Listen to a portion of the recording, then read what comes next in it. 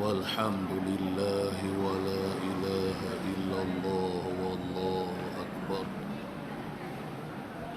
ولا حول ولا قوة إلا بالله العلي العظيم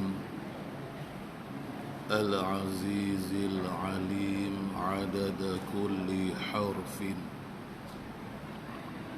كتب ويكتب أبد الآبدين ودهر الداهرين رب اشرح لي صدري ويسر لي أمري واحلل عقدة من لساني يفقه قولي آمين رب العالمين.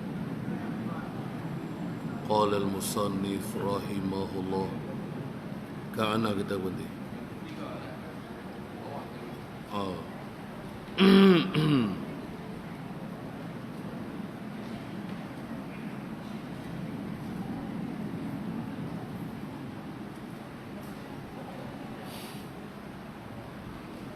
قال المصنف رحمه الله.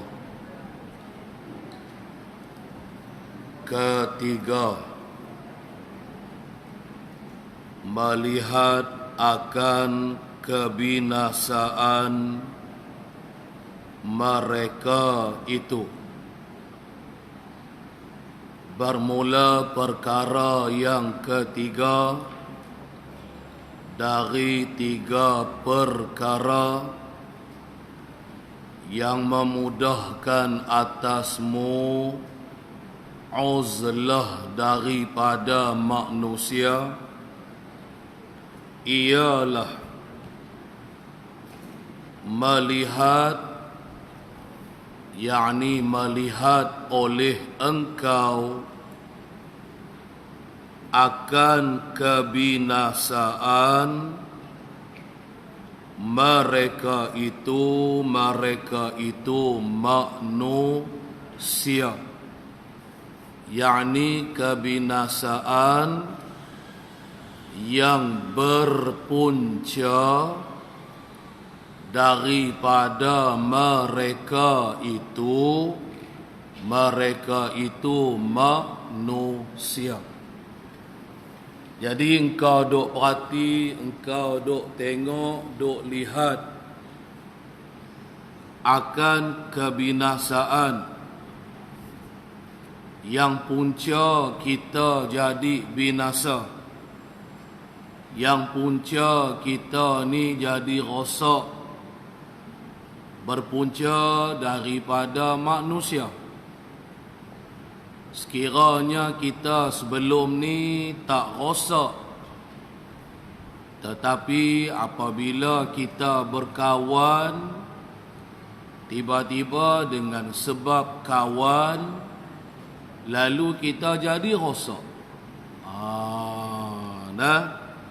Jadi kita yang nak beruzlah, nak asingkan diri ni, kan, nak memudahkanlah kita nak beruzlah, kita perhati, tengok tang situ. Tapi cuma satulah kena ingat, jaga-jaga dalam bab ni. Jaga-jaga apa? Jangan kita duk anggap diri kita ni baik. Jangan kita duk anggap orang lain jahat. Situ salah dah tu. Cuma kita beringat, kita yang nak beruzlah, tak mau nak campur dengan orang, pasal kita ingat lagu ni, kita ni jahat. Takutnya saat lagi dengan kerana sebab kita, orang lain pun jadi jahat. Biar ingat lagu tu, kan. Janganlah sampai pula kita kata orang nu jahat, orang ni jahat, kan. Kita pi tohmah pula orang, kan. Kita pi tohmah tak betul, tuduh orang nu jahat, orang ni jahat, kita yang baik. Kalau lagu tu kita ni dia panggil ujub. Kalau perasan diri tu baik, duk anggap orang lain tu jahat, Itulah ujub. Jadi maksudnya kita, apa yang musannif nak sebut ni, kita yang tak bercampur, yang nak asingkan diri ni lah. Dan pasal kita nak elok diri kita daripada menjadi jahat. Dan juga kerana kita tak mau orang lain jadi jahat berpunca dari kita. Kita ni sendiri pun tak betul juga. Dan tadi kita kata sebab orang lain, iyalah. Tapi sebab kita ni orang lain jadi jahat pun, iya juga. Kan, pasal kita ni pun bukannya baik sangat. Baik. Lepas tu, dan teringat yang demikian itu kebinasaan mereka itu. Jadi kita duk teringat dalam hati kita, kan, sama ada kita ni kah yang jadi jahat disebabkan oleh orang lain, ataupun sama ada orang lain kah yang menjadi jahat disebabkan oleh kita. Kan, maka kita pun fikir-fikir, tak payah berjumpa lah. Kan, mudah kita berasa diri kita nak bersendirian, nak duk sorang-sorang, tak mau kan, duk nak bersaing, duk nak kawan, merata hala, tak mau. Itu cara memudahkan kita duk belajar lagu mana cara nak memudahkan kita mengasingkan diri. Kan, sebab kitanya berasa payah ni nak beruzlah ni. Kan, musannif tolong ajak kat kita 3 perkara, 3 jalan, 3 cara. Mudah-mudahan urusan kita nak beruzlah ni dipermudahkan oleh Allah Ta'ala. Tu je maksud dia. Dan berulang-ulang pada hati. Dan berulang-ulang pada hati ini makna berulang-ulanglah ingat di dalam hati engkau. Akan bahagian yang perkara yang ketiga tadi, duk sentiasa ingat. Kan, kita duk ingat, aku tak maulah buat dosa. Kan, aku tak larat dah buat dosa. Banyak sungguh aku duk buat dosa, duk buat salah, duk buat maksiat. Kan, asyik-asyik kalau aku duk campur dengan orang, kira duk buat dosa je kerjanya aku ni. Kan, lepas duk ingat dalam hati lagu tu lah. Kan, tak mau dah. Dan nak ulang dosa, duk ulang dosa yang sama saja ni. Contohnya katalah seperti mengumpat. Hari-hari duk ulang perkara yang sama, kita duk ulang, duk mengumpat dia kerja kita. Tiap-tiap kali duk berjumpa dengan kawan-kawan, tak dia mula, kita yang mula. Kan, tapi duk buat juga dosa mengumpat. Kan, sampai terfikir satu ketika, aku tak larat dah nak buat dosa maksiat mengumpat ni. Kan, nak berhenti dah. Apa cara nak berhenti, melainkan nak kena asingkan dirilah. Kan, aku malas dah nak pergi ronda-ronda kan mereka. Aku malas dah, aku segan nak pergi berjalan sembang dengan mereka. Kalau sembang lagi ada saja model nak mengumpat orang. Contoh kan. Ingat lagu itulah dalam hati kita. Itu cara paling mudah kan, untuk kita tak campur dengan orang. Maka bahawasanya segala arkan ini yang 3 tadi,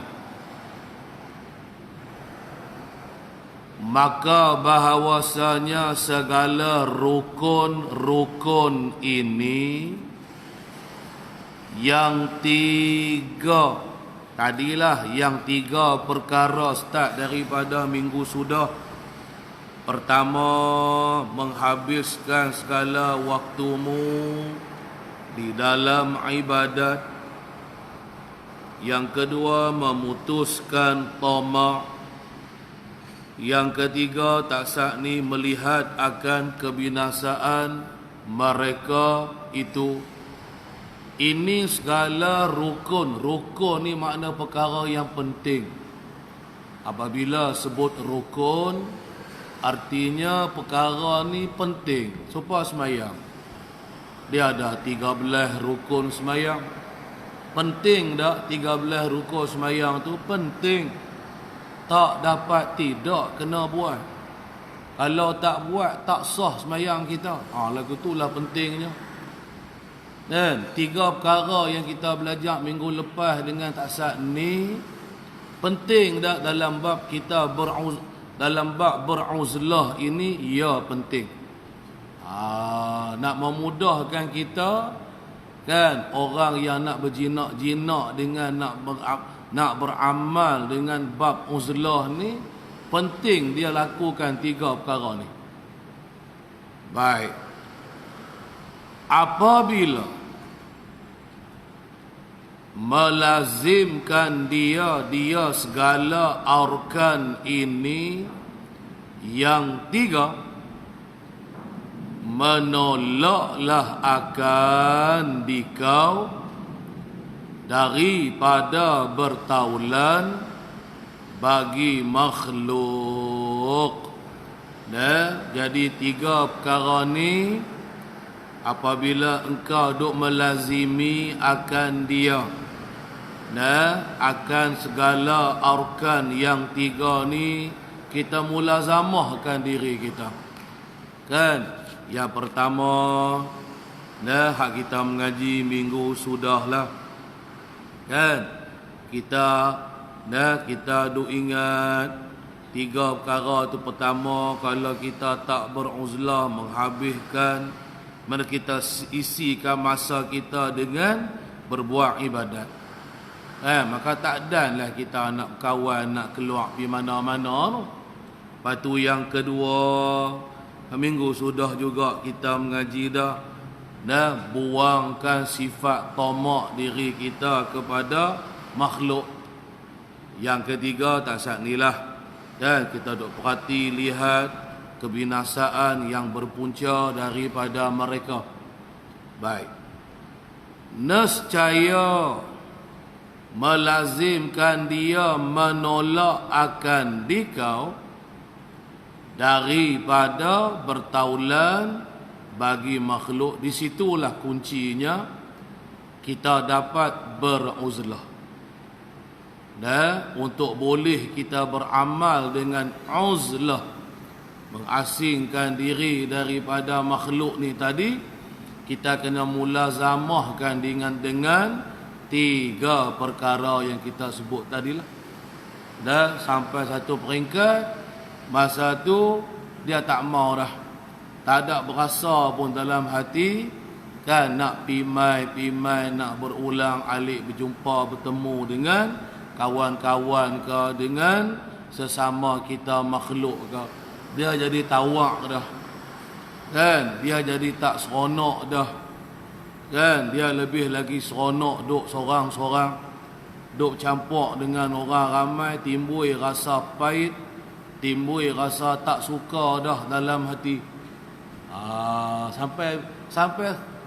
Biar sampai setera tu. Sampai setera tu baru kita boleh dapat beruzlah, kan. Kalau tidak, payah lagi kita nak beramal dengan uzlah ni, kan. Pasal kita duk terikat dengan makhluk, kita masih lagi kasih sayang kita dengan duk bersembang dengan sama-sama kita, kan. Kalau tak berjumpa dengan orang, berasa tak seronok, kan. Duk sorang-sorang dalam rumah, berasa tak seronok, kan. Dia seronok kalau duk kawan dengan ramai-ramai orang. Orang lagu tu payah lagi nak beramal dengan uzlah. Baik.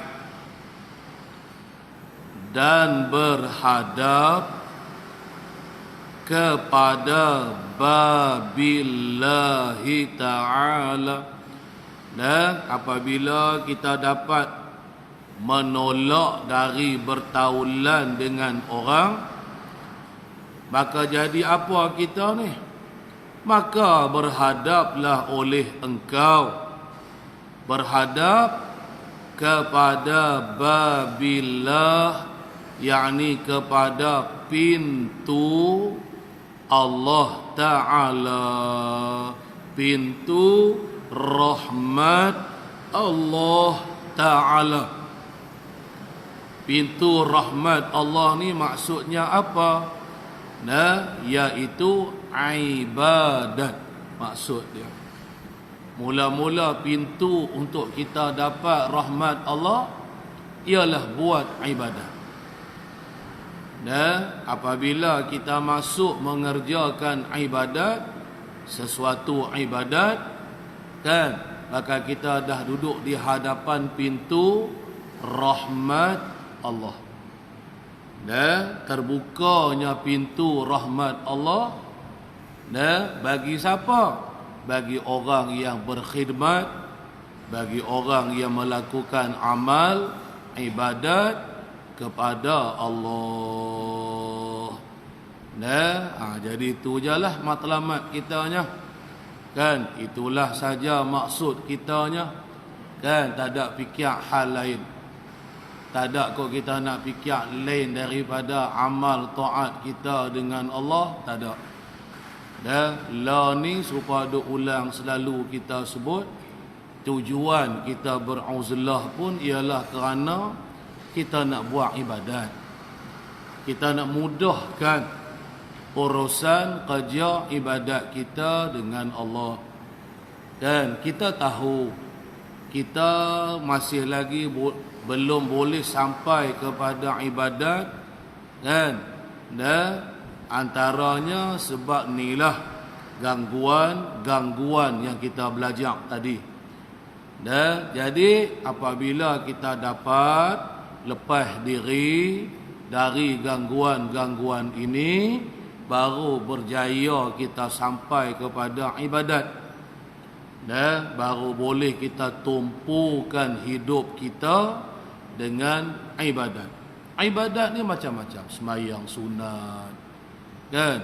Puasa sunat, kan? Berzikrullah, mengajar ilmu. Esok-esok ni kita dah jadi orang alim, kan? Kita nak mengajar. Kita nak mengajar itu ibadat. Dan kita tak mau ada perkara yang mengganggu kerja ibadat kita. Nah, sebab tu apabila sebut ibadat, apa benda yang kita lakukan kerana nak menta'abud, nak mentaqarrub diri kita kepada Allah.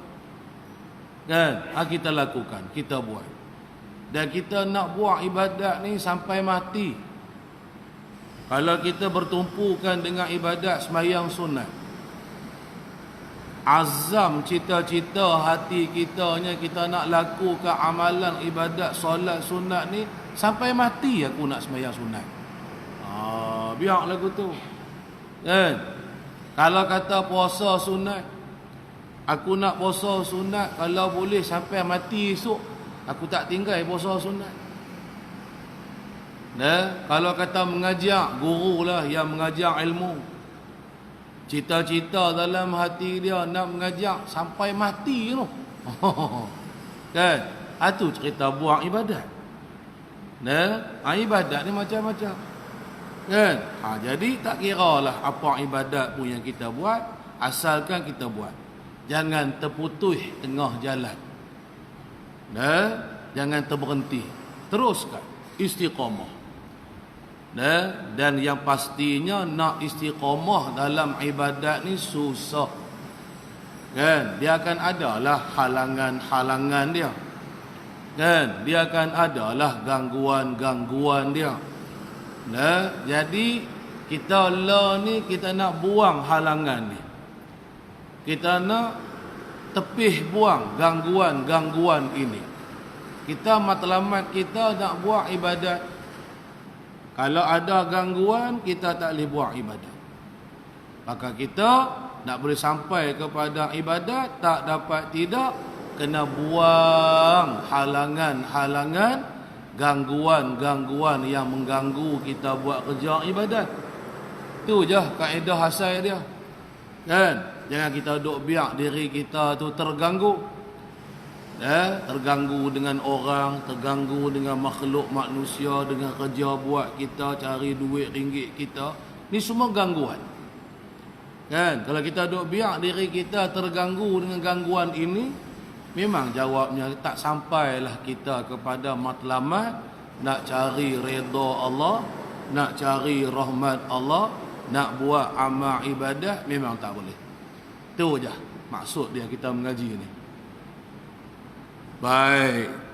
Lepas tu kata musannif lagi, dan mengasingkan bagi ibadat akan dia, atah pada kata mana, babillah, dan berhadaplah engkau kepada mengasingkan, yakni mengasingkan diri bagi buat ibadat akan dia, akan Allah Azza wa Jalla. Jadi dengan mudah, dengan senang, kita dapatlah bersendirian. Bersendirian buat apa? Mengerjakan ibadat kita kepada Allah. Kan? Biar sampai tahun tu. Selagi kita belum dapat bersendirian, maka selagi itulah kita masih payah nak buat ibadat. Jalan nak boleh mudah buat ibadat, kena bersendirian. Kalau kita tak bersendirian, duk sibuk dengan orang, duk sibuk dengan bekerja, memang masa mana nak boleh buat ibadat? Memang tak ada masa. Memang tak boleh buat. Kan? Bisa kita kata, kan, waktu kita sibuk dengan waktu kita tak sibuk. Masa mana yang kita kata boleh buat ibadat? Masa kita sibuk duk buat kerja. Kan, bangkit pagi-pagi lagi lepas mayang subuh, tak ada nak baca doa, lompat terus dah. Lah subuh pula lewat, sudah pun lewat, masuk pejabat lagi pukul 8 ke 8.30 ke. Tempat nak pergi kerja jauh, tak ada nak baca doa. Tok imam kalau surah panjang-panjang, nanti tok imam tu kena. Oh nak pergi kerja tak ada. Nak buat ibadat tak ada. Kan? Sebut cerita sibuk lah saat ni. Tu saat lagi nak hantar anak sekolah. Sehari nak makan, tak ada makan pun tak ada.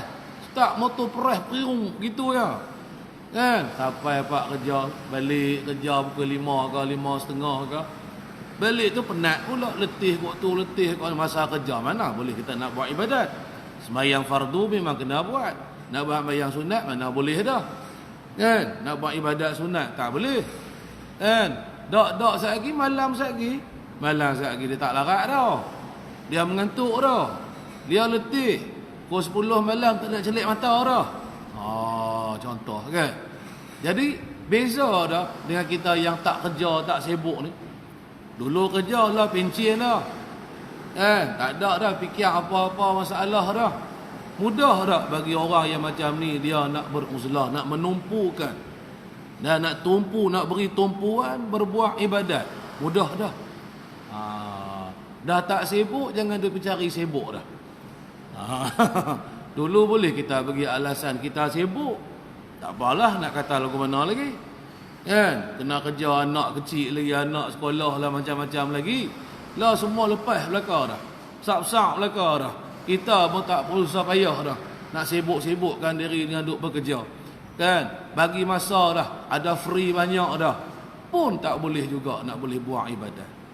Kan? Dia kena ada keinginan sama nak buat ibadat ni.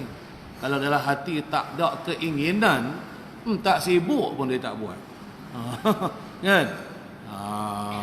Baik. Lepas tu dan mengasih ia akan dikau. Nah, dan mengasihilah oleh ia mana dia? Yakni Allah akan dikau. Dan engkau pun mengasingkan diri bagi ibadat akan dia, lalu dan mengasih, yakni memberi kasih sayanglah oleh ia Allah akan dikau. Baru dapat kasih sayang Allah, kan? Nak dapatkan redha Allah kepada kita, kita ni kena redha dengan Allah dulu. Kita kena redha Allah Ta'ala tu ialah Tuhan kita, kan? Dengan kita duk abdikan diri kita kepada dia, baru dapat ihsan daripada Allah. Dia kita kena ada ihsan kita dulu, beribadat kepada Allah tu dulu, buat baik. Lepas kita berbuat baik kepada Allah, maka barulah datang kebaikan daripada Allah kepada kita.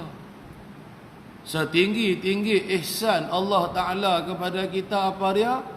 Iaitulah redha Allah kepada kita, kan? Tapi ada tak kita ni berbuat ihsan, berbuat amalan soleh, kena ada lah, kan? Ni buat baik tak mau, tapi duk minta Tuhan buat baik dekat kita, kan? Kita kena buat baik dulu, kita kena buat benda baik dulu, kena semayang dulu, kena puasa dulu contohnya, baru datang kebaikan rahmat dari Allah kepada kita.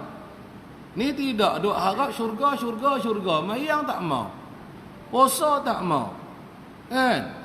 Boleh angan-angan saja ya, kan? Bukanlah gitu cara nak dapatkan ihsan daripada Allah, nak dapatkan redha daripada Allah. Carilah keredaan Allah. Bagaimana? Tunjukkan kita tu ialah hamba dia. Bagaimana? Amal ibadat tu lah tadi kita sebut tadi ni. Baik. Lepas tu dan melazimkan dikau pintunya, pintu Allah, dan melazimkanlah oleh segala arkan yang tiga tadi. Apabila kamu duk mulazamahkan tiga perkara tadi, nak beramal dengan uzlah, ikut turut panduan yang Imam Ghazali sebut tiga perkara itu, kan? Tu cara nak boleh beruzlah. Kalau tidak payah, kan? Tak jadilah uzlah kita tu nya.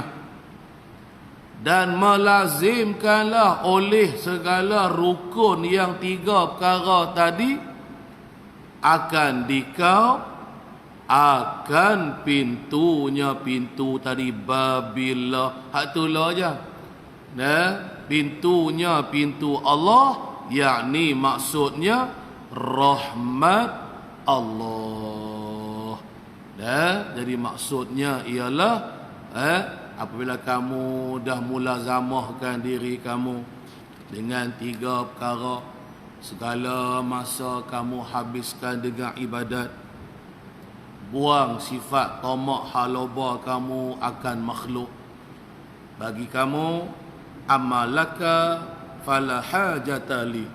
Biar kata lagu tu, kan? Adapun kamu, maka aku tak berhajat apa-apa pun kepada kamu. Aku cuma hanya berhajat perlu kepada Allah. Buang tamak halaba kepada makhluk, kan? Tak ada langsung apa harapan kita pun daripada mana-mana manusia makhluk, kan? Kita cuma duk mengharap-harapkan daripada Allah saja. Kan, makan kita, minum kita, hidup kita, mati kita hanya duk bergantung hati dengan Allah. Dan hati hanya percaya dengan Allah saja. Percaya dengan Tuhan je, jangan duk percaya dengan lain. Pasal yang lain tu tak boleh beri makan, tak boleh bagi rezeki minum dekat kita. Yang betul yang bagi makan, bagi minum, rezeki dekat kita tu ialah Tuhan, ialah Allah. Biar percaya, yakin, bulat hati begitu. Kan? Allah sahaja Tuhan yang boleh beri manfaat. Apa mudarat yang ada padaku hanya Allah saja dapat menghilangkannya. Makhluk, kan? Bolehlah kita minta tolong, boleh. Tapi jangan pergi i'tiqad hati makhluk tu boleh membantu menolong kita, pada hakikatnya tidak. Tak ada kudrat. Sebut dah kan tadi makhluk ni. Bukan ada kudrat iradat apa. Tuhan, Allah sahaja. Kena ada yakin lagu tu. Kan, biar bulat hati yakin kepada Tuhan. Kan, dengan makhluk tu begitu-begitu saja. Kan? Baik. Habis tang situ. Kemudiannya lagi, katanya lagi al-musannif, wabillahi taufiqu wal ismatu, dan sabitlah dengan Allah sahaja ialah taufiq, yang menjadikan adanya kemampuan diri kita boleh mengerjakan taat kepada Allah. Siapa yang boleh jadikan kekuatan diri kita boleh sampai kepada taat ibadat kepada Allah? Hanya Allah sahaja. Itulah taufiq. Kan? Wal ismatu, yakni dan dengan Allah sahajalah, ialah peliharaan, penjagaan. Siapa yang boleh memaksumkan kita? Ismah, maksum, orang yang dipelihara. Yang dapat pelihara kita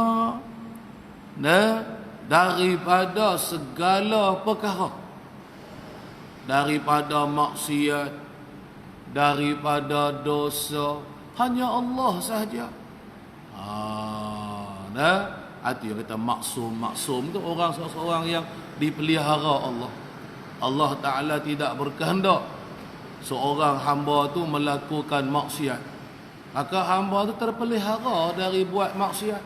Sentiasa hidup dia dengan duk buat kerja taat semata-mata kepada Allah. Kan? Dari hidup mula sampai ke mati. Kan? Jadi itu jelah matlamat hidup. Kan? Nak cari redha Allah. Sebab kita seperti duk habaq dah hari tu, selalu kita duk ulang juga sebut. Kan? Kita duk fikir masa depan akhirah kita. Tak kesudah, kan? Akhirnya kita akan mati. Pasti mati itu ialah pasti, tentu. Akhirah juga ialah pasti. Alam barzah, alam kubur juga ialah pasti, tentu. Berdepan dengan soal jawab malaikat munkar dan nakir, tentu. Seterusnya kita di akhirah, di padang mahsyar, bagi yang kena hisap, tentu dia akan dihisap. Kan? Aduk fikir ni je lah. Kan? Apa bekal kita lepas nak mati, lepas daripada hidup ni? Apa bekalan kita? Duk ingat itu je lah. Kan? Duk ingat tubuh pun duk sakit sana, sakit sini dah. Kan? Dulu masa umur 30, wah, kuat lagi badan. Berasa lagu lambat lagi nak mati. Lepas tu mai umur 40, berasa merosot dah sikit. Mai masuk umur 50, supaya tak larat dah. Tak larat dah. Jadi orang tua sungguh dah. Berbeza dah dengan masa umur 30, umur 40. Masuk umur 60, lagi tak larat. 70, tak tahu nak kata. Tapi kuat dia pula dengan orang muda. Kan tekah-tekah tengok perhati orang tua lah dalam buat ibadat lah, kuat. Kan? Jadi sudahnya akhirnya mati juga. Itu ya kita cerita bab tajuk mati ya ni. Kan segan nak cerita, nak cari reta banyak mana lagi. Kan itu pandai mereka dah. Kan duk cerita lah ni bekal nak mati ada banyak mana dah. Padan ke dak? Nah, dah cukup, dah memadai ke atau belum cukup lagi? Kau tak ada buat apa lagi? Kan? Itu je lah. Yang duk belajar, duk belajar, duk mengaji apa, semua kita duk mengaji tajuk itu, tajuk ni. Matlamat dia kita nak buat ibadat kepada Allah. Kita nak kerjakan taat kepada Allah. Kita nak menjadi hamba Allah. Kita nak turut jalan Rasul, jalan Nabi, jalan sahabat, jalan-jalan awliya, ilahi, salihin, syuhada. Jalan mereka ni lah jalan dia. Kan? Itulah duk belajar macam-macam. Tajuk itulah, tajuk ni lah. Gangguan itulah, gangguan ini kan. Akan datang nak cerita tajuk yang mengganggu kerja ibadat kita ialah syaitan pula. Syaitan. Ni syaitan yang duk ada dalam hati kita ni. Kan, ganggu, was-was macam-macam. Duk bisik benda jahat macam-macam. Duk hasut kita macam-macam. Insya-Allah lah kita baca minggu depan dah. Baik, kita berhenti setakat tu dulu. Qala al-musannif al-a'iqus thalithu as-thalithu syaitan. Baiklah ila akhirih. Wallahu subhanahu wa ta'ala a'lam. Wallahu a'lam ay alim. A'udzu billahi minasyaitonir rajim. Bismillahirrahmanirrahim. Alhamdulillahi rabbil alamin. Wassalatu wassalamu ala sayyidina Muhammad wa ala alihi wa sahbihi ajma'in.